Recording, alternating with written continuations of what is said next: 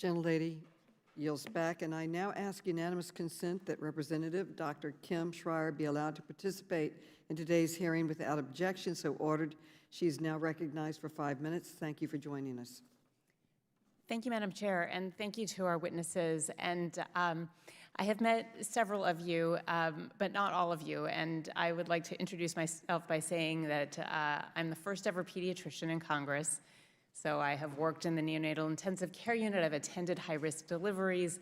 I have seen families in my office up close, either a teenage girl facing an unplanned pregnancy or a mother who is so excited about a pregnancy and then finds out something is devastatingly wrong. And that is why, as I just heard from Ms. Lee, this is a nuanced question, and these are questions that should be left between doctors and patients, and that the government really has no role making such a personal decision. I'm the only pro-choice woman doctor in all of Congress, and so I'm really honored to be here. Mainly, I want to set the record straight on several things that I've heard today. The first is just, can we talk about ectopic pregnancies for a second?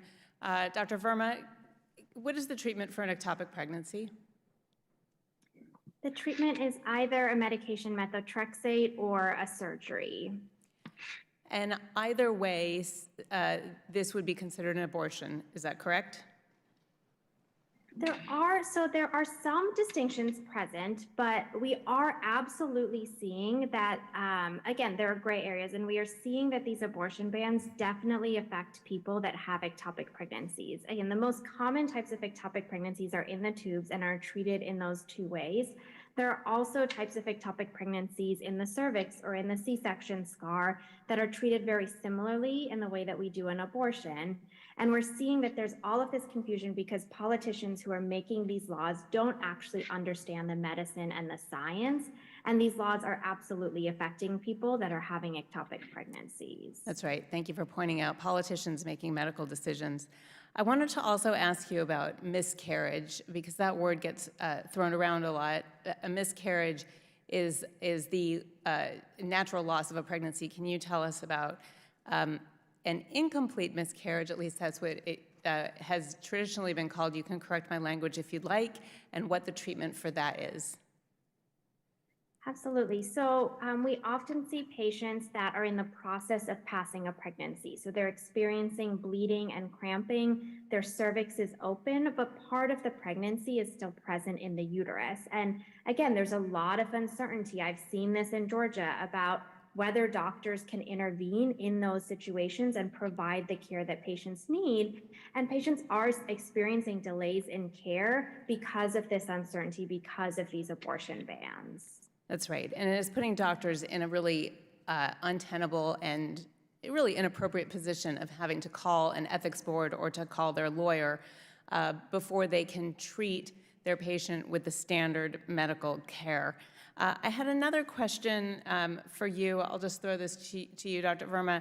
We just heard mental health. I hear this thrown around a lot. Can you tell me what the overwhelming mental health response of women who get abortions is? I don't believe that it is any of the things the Republicans are pointing out. I believe it is relief. Can you either confirm that or say otherwise?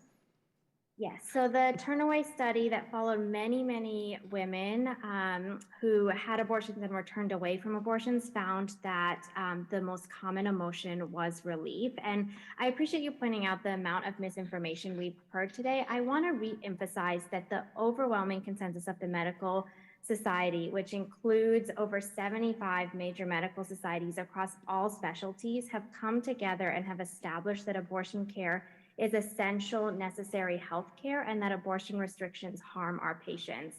Anything can be misrepresented for a political or personal agenda, but the science is not up for debate, and the overwhelming consensus of the medical community, which includes OBGYNs, surgeons, the American Medical Association, pediatrics, the consensus is clear, and the American Board of OBGYNs. And I hate to interrupt, but I have a quick another question for you, because another big source of misinformation that we hear from some of my colleagues is a real focus on abortions late in pregnancy.